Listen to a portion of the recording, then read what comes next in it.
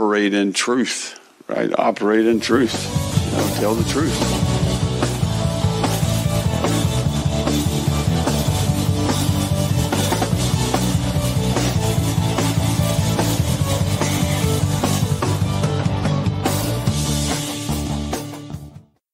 Hello, everybody, and welcome back to the Gator Truth Florida Football Podcast.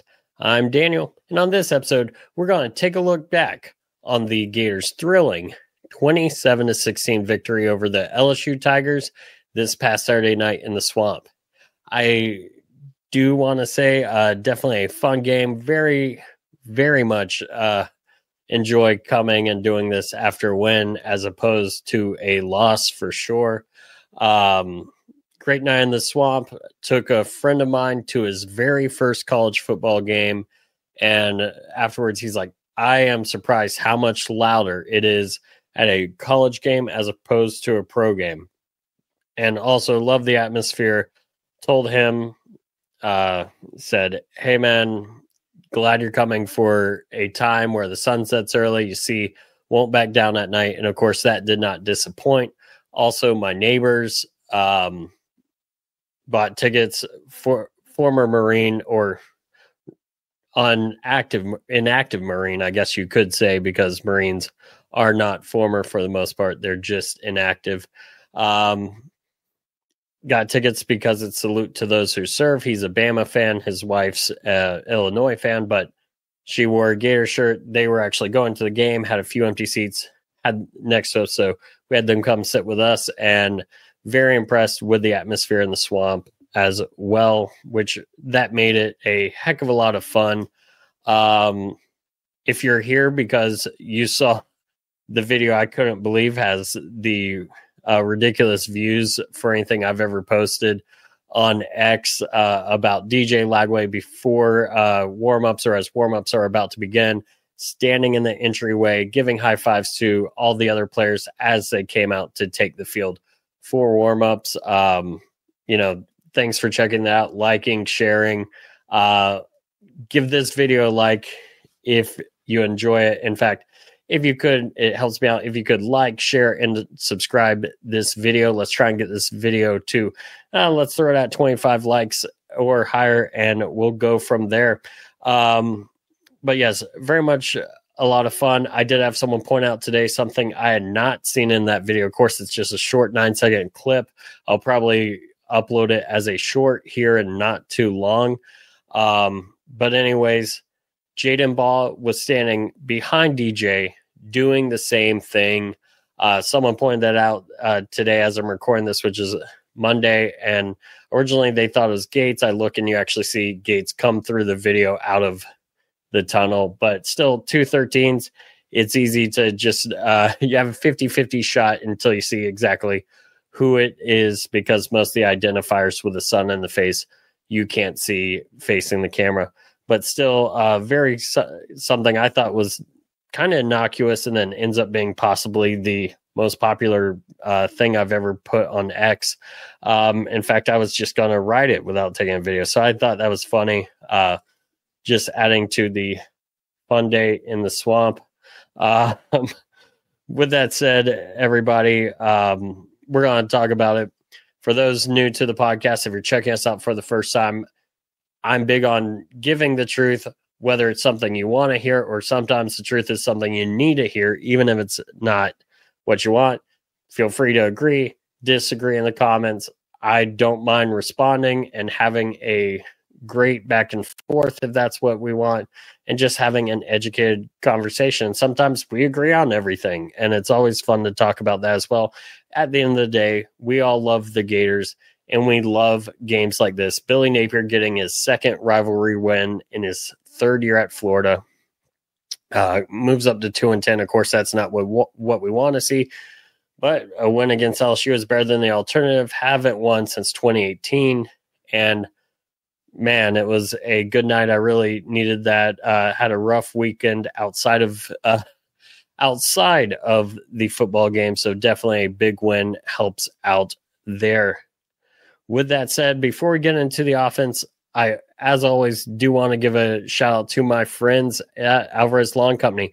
If you are in the Central Florida area and you need lawn work done, or you have a lawn project coming up, it's winter, getting ready for spring, need something done, give my friends at Alvarez Lawn Company a call. You can call or text them for a free quote at 407-490-2617.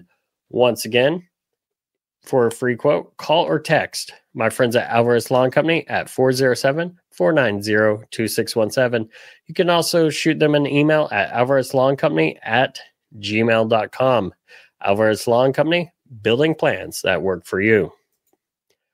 With that said, let's go ahead and let's look back at what I said the keys were for the game and seeing how that played out against the Tigers on Saturday.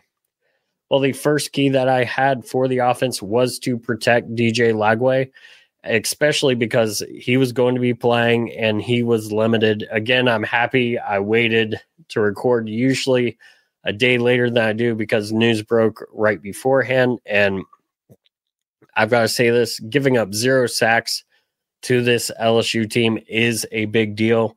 Definitely protected Lagway. Lagway, of course, not really running at all, did not have a carry registered in this game. And to be honest, I said I wouldn't run him at all. And the only thing I'd really want to see as a run is a scramble just because he was not 100%. And with that, Lagway completion percentage, only 50%. I've said before, I'll say again, that completion percentage, I think, can, not always, but can be one of the most overrated stats. I always point to if you're throwing 80% of your passes 9 or less yards and you're not doing much to threaten the defense, well, if you have a 77% completion percentage, maybe your offense is not moving the best or you're not competing with the top teams. Meanwhile, Danny Werfel, 1996 Heisman Trophy winner, national title winner, 56% completion percentage on the year because he was taking more risky throws. And I'm not saying, hey, 56 is always better than, 75, 77, 78, whatever it is.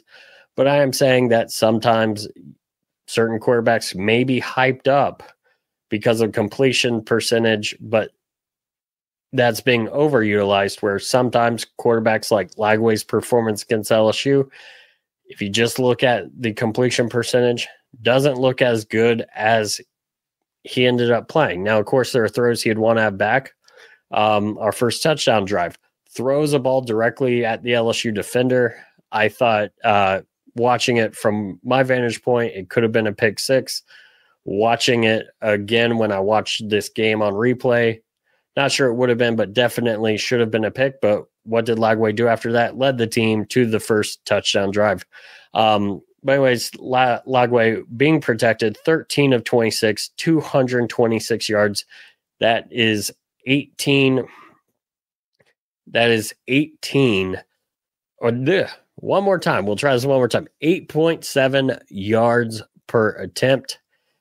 And if we want to get really technical, then we'll say that he averaged 17 yards per completion, and that is really, really good. That's what you want to see from DJ Lagway if you're protecting him and if you want to take advantage of the defense. One thing I will say on the negative side, not really about protecting Lagway, but the offense in this game was very much feast or famine, and that kind of played out in what is one of the most ridiculous statistics. I know it's been posted all over online, but I'll reiterate it here. Florida with only 18 minutes of possession and LSU 41 minutes. And of course, last week I talked about how Texas one time of possession up until, or not Texas, Florida had a ton more time of possession up until Texas ran the clock out the final 8 minutes of the game, which was actually quite a feat, an 8-minute drive. But either way, you don't need to win time of possession to win the game, no matter what Will Muschamp tells you. But with that said, if you remember those years, very exciting time of possession, national champions, and that was one of the actual stated goals of the program. with that said, the reason we see that 18-17 is Florida only had 2 drives longer than 5 plays the entire game. Our touchdown drives, for example, the last 2 touchdown drives were, I believe, 3 plays apiece. Let me double check that. I had seen it. Yes, 3 plays apiece, 1 45 yards, and then 1 for 75. Of course, 2 beautiful passes on those. Jacoby Jackson on the first touchdown, 8-yard run on the first one, second one, the 36 yards down to the 1. I still don't know how that wasn't a touchdown. I haven't seen an angle that tells me he was down before the goal line, but hey, Badger probably leads the nation in receptions over 20 yards that somehow go down inside the 5 or at least inside the 10. So a little bit of unlucky there. Of course, Jackson, 1-yard run for a touchdown after that.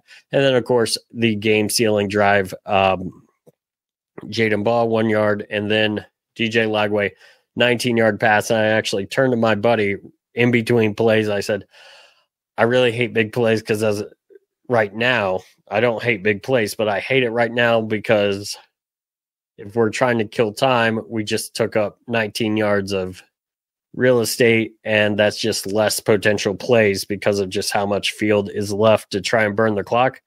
Of course, I say that, and let's just say it was a good reverse jinx because on the next play, Jaden Ball, 55-yard touchdown run, pretty much to seal the game. And one of those plays like P. Ryan's run against Auburn that will live on in Florida Gator lore. And so hopefully I reverse jinx it with my comment, but he turns to me right after I say it, he goes, well, that's why big plays. And to be fair, I did say to him, well, unless you're scoring a touchdown. And of course, touchdown happened, but I'll take that reverse jinx all day. With that said, the second key to the game I had was run the ball and force the defense to play the run to try and bring more guys into the box because we have DJ Lagway who can stretch the field, which is kind of the opposite of what I was saying when Graham Mertz was quarterback. It shocked me when I looked at the numbers after the game because I remember several good runs by both Jackson and Baugh, and even Montrell Johnson had 2 good runs. And Jaden Baugh, 6 carries, 65 yards, 10.8 yards per carry average. 2 years ago, LSU game, I did this with Montrell Johnson, and where I said, take away the longest run. Let's see how they were for the rest of the day. Jaden Baugh, if you take away his 55-yard touchdown run, that's 5 runs for 10 yards. That's a 2 yards per carry average. He had some runs that were -3, just defense selling out, getting him in the backfield. He had also a good run or 2 before that as well. But averaging 2 yards per carry before that. And one thing I said 2 years ago is if you're in a lower scoring game, that one long run counts a lot more than if you're in a shootout like we were with LSU 2 years ago and even last year. So the average can be skewed, and it's fine with one long run in a lower scoring game, where in a higher scoring game where every drive you need to score, it is what it is. So in this one, it's the opposite of what I talked about, 2 years ago. Just thought that would be a fun callback since it was also an LSU game. And sometimes it's interesting to see. I know there's been talk we should have leaned on the run game more, but I can sort of see where times it was or wasn't running. Same thing, Jacoby Jackson. If you take away, he's 6 for 36, 6.2 yards per carry. If you take away a 20-yard run early in the game, after that, we're talking he was 5 for 17. That's a little over 3 yards per carry. Granted, again, one of those was a 1-yard touchdown run, which will bring your average down considerably, but it's still a touchdown run. Montrell Johnson, 2 runs for 14 yards. Combined, the 3 running backs, 14 carries, 116 yards, and then the team, the 3 kneel downs, 1 in the first half and the 2 in the game, technically count as -3 before someone looks at stats and say, we have 113 rush yards. Well, yeah, those are the 3. But with that said, I was surprised that we generally, outside of a few big runs, I mean, Montreal Johnson long of 10, Jacoby Jackson long of 20, and Ba long of 55. That's 85 of our 116 yards.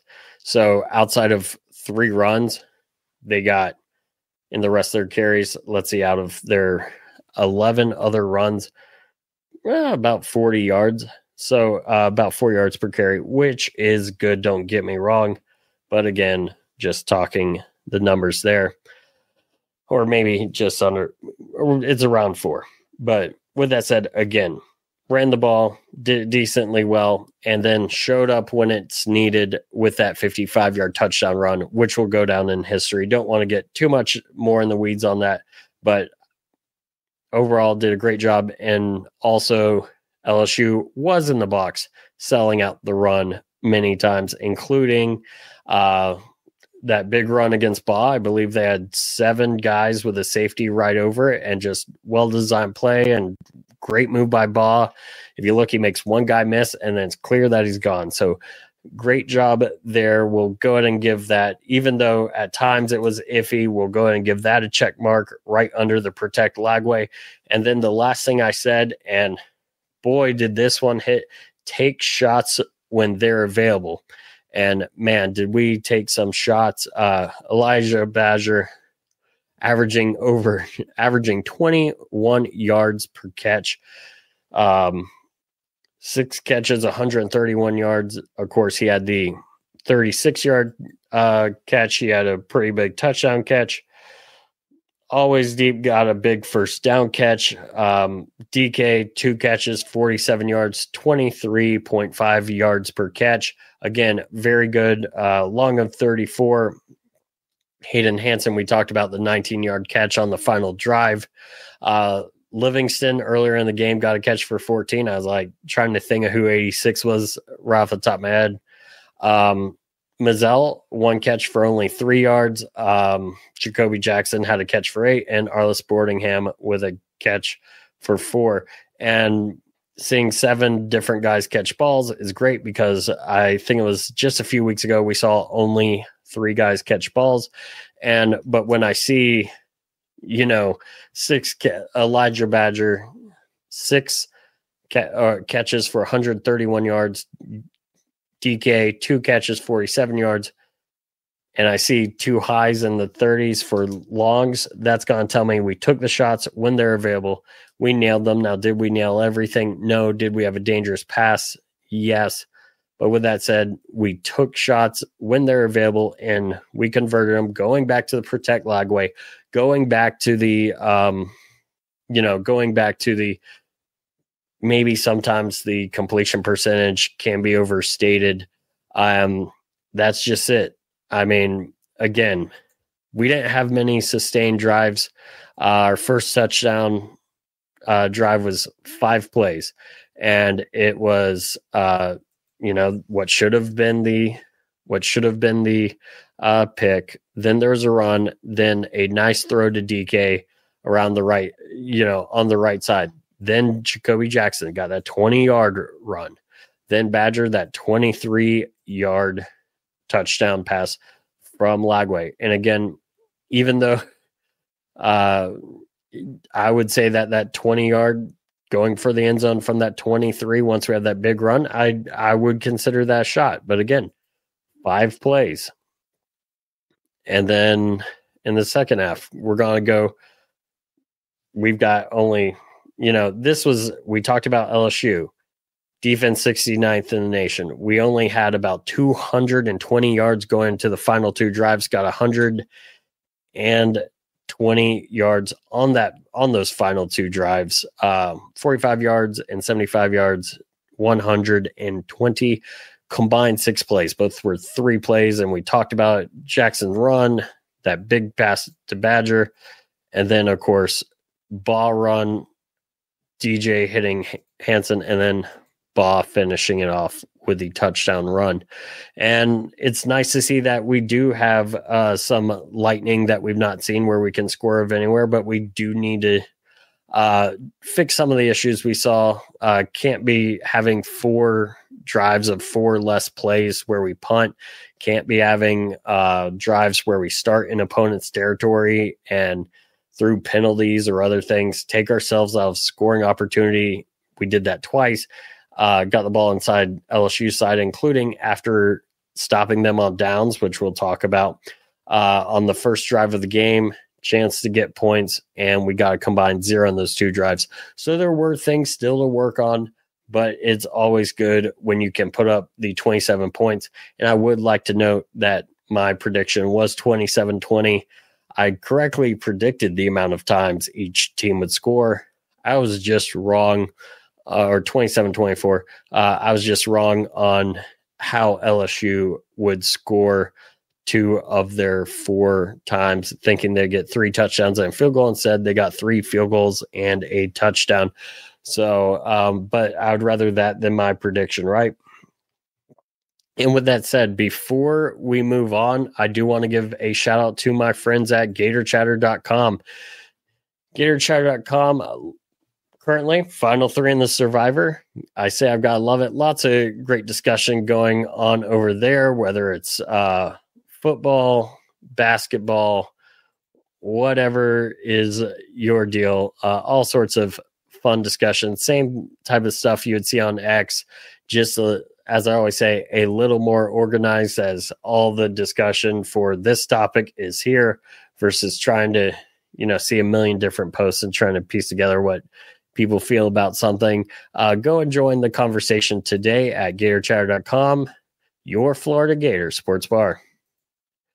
All right, let's talk about the defense and how they played against LSU. And this was a great defensive performance. I talked about going into the game, this would be probably tough. 32nd ranked offense in the nation, 7th ranked passing game, 322.3 yards per game. And of course, we did say that their run game was not great with only 113 in the nation, 114 yards per game. With that said, Gators allowed 130 yards on the ground. Now, negative 53 of that were Garrett Nussmeier in sacks. Gators got 7 sacks, which was very, very good. And of course, that goes to my first key of the game, which was get pressure with 4. That way you can drop 7 into coverage. And I do want to say, I didn't particularly look at all 7. I thought about it halfway through my watch, and I can tell you at least the 4 sacks that I was paying attention for it were definitely with only 4. Saw some simulated pressures where we may have put a linebacker going forward, but we dropped. Funny enough, in the preview, I talked about how Jack Pyburn drops. Well, one of our big ones had Jack Pyburn dropping back into coverage while we got the sack, and that was definitely good. Got the pressure with 4, got the 7, but we did let a poor running game get essentially 183 yards, not counting, of course, Garrett Nussmeier's sack yardage. So things to clean up, but at the same time, when you're getting 53 yards of sack yardage and 7 sacks, hey, not much to complain about there. I also talked about the secondary playing with discipline, and very big play. I said I'd talk about it. First drive of the game, LSU driving the ball, decides to go for it on 4th down around midfield, and discipline play from the secondary. And of course, we see Dijon Johnson step up, make the tackle, and really kind of set the tone for the game just by being there. Very disciplined tackle, getting the guy to the ground. And that's what we hope to see from the defense from the beginning of the season.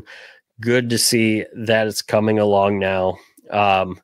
We did allow 262 yards through the air, but that is 60 yards less than LSU's 332 average coming into the game. I will also say, looking at that first drive of the game, LSU starting off with, 21 of those yards passing. And I bring that up because you allowed 21, well, I guess is 18 after the stop on the first down. But after that, you really held them down when you consider how many plays they had. Don't like how many third downs we gave up. Just to compare, we allowed 13 of 24 on third downs, where we only got 3 of 9. And they were 2 of 4 on fourth downs, but we got the stops when it mattered. D showed up when it mattered. But again, things to clean up, because we will face at least one better team, and that is Ole Miss. I mean, yes, I know LSU beat Ole Miss, but overall, there's a lot of things about that Ole Miss team that are better than LSU, especially when we're talking about a night game in Death Valley versus a noon at the Swamp. And if you've been to the Swamp, it's loud, it's electric, but noon's not quite it. But we'll talk about that coming up this week. But again, checks 1 and 2 for get pressure with 4 and play disciplined, especially in the secondary. And another discipline play I want to shout out, Jordan Castell has rightfully gotten some critique this year, but he definitely saved a touchdown by playing discipline, by playing that center of the field and going up and breaking up a pass where that could have been a big changing moment in the game. So kudos to him. And of course, I said, you got to win the turnover battle by 2. Well, we only got 1 fumble recovery. Granted, we forced another on a third down to end the third quarter. Of course, leading into won't back down. That's kind of a big play, and we kind of fed off of it.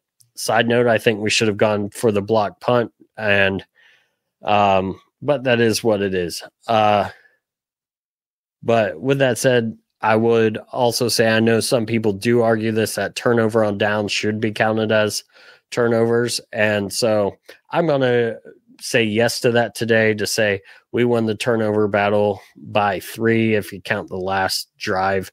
But I'm not going to count LSU's last drive for that, just because they had to go for it. But midfield, they didn't have to go for it first drive, and D stepped up to end that drive. So I count that as 1. And for number 2, of course, that would be that fumble where we force a fumble. Their offensive line gets it. We poke it out. We get it. And unfortunately, we don't score after that. But again, ending drives is what we talked about through turnovers in the preview. So check on all 3 defense, just as we got check on all 3 offense. Lots of great things from this team. Hopefully we continue to see the build and growth. Again, DJ Lagway, phenomenal, becoming a great leader before our eyes. Defense definitely stepping up. Hopefully, again, we see it against Ole Miss. But that's for the discussion for the preview. For those of you that have joined us for the first time, usually I like to keep these episodes around 30 minutes. I know other people going much more in depth or talk about this or that, and I let them do it. For me, I'm just here to say, hey, if you want a short Gator podcast, come here, check us out. Again, everyone, let's try and get to at least 25 likes on this video.